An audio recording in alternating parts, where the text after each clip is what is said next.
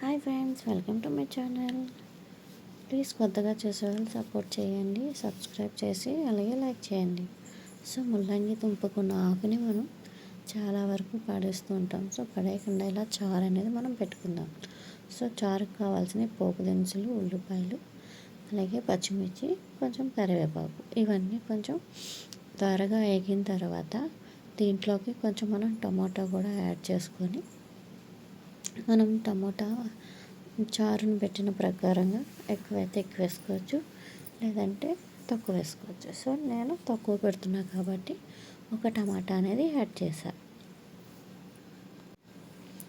ఇలా యాడ్ చేసుకున్న దాన్ని మనం ఏంటంటే కొంచెం మగ్గని వరకు 2-3 మినిట్స్ మగ్గిపోయిన తర్వాత మనం ఏ ఆకునైతే చిన్నగా కట్ చేసుకున్నామో దాన్ని గట్టిగా పిండి వాటర్ లేకుండా మనం ఈ తాలింపులు అనేది అది యాడ్ చేసుకోవాలి. ఇలా యాడ్ చేసుకున్న తర్వాత వాటర్ లేకుండా చిన్న చిన్నగా కట్ చేసుకుంటేనే మనకి రసంతో పాటు గరిటెకి వస్తుంది. సో తినాలనిపిస్తుంది మనకి, మెత్తగా ఆకు ఉడికిపోతుంది కాబట్టి. సో కొంచెం ఆకు త్వరగా మగ్గడం కోసం లైట్గా సాల్ట్, అలాగే తగినంత పసుపు, ఈ రెండు అనేది యాడ్ చేసుకోవాలి. మరీ ఎక్కువ కాకుండా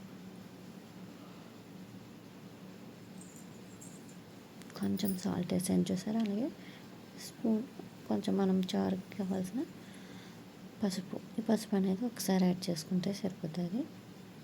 సో ఇలా యాడ్ చేసుకుని శుభ్రంగా కలిపేసుకొని మళ్ళీ మనం మూత అనేది ఒక 2-3 మినిట్స్ పెట్టేసుకోవాలి. 2-3 మినిట్స్లో ఆకు అనేది శుభ్రంగా ఉడికిపోతుంది. సో మూత పెట్టిన ఒక 2-3 మినిట్స్ తర్వాత మళ్ళీ తీస్తే చూడండి, ఆకు మొత్తం భలేగా ఉడికిపోయింది. ఎంత చిన్నగా ఉందో. సో అలా చూస్తున్నా మనం ఇలా కూడా తినేయచ్చు టమాటాతో కర్రీలాగా. సో ఇలా ఉడికిన కర్రీలోకి మనం ఇలాగా చింతపండు రసం అనేది వేసుకొని దీంట్లోనే కొంచెం మనకి తగినంత ఉప్పు, నేను మెంతులు పచ్చిగా వేస్తాను, వేపను.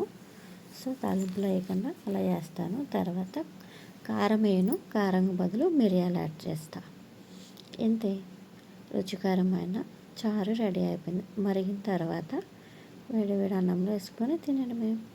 నా వీడియో మీకు నచ్చినట్టయితే లైక్ చేయండి, అలాగే సబ్స్క్రైబ్ చేయండి.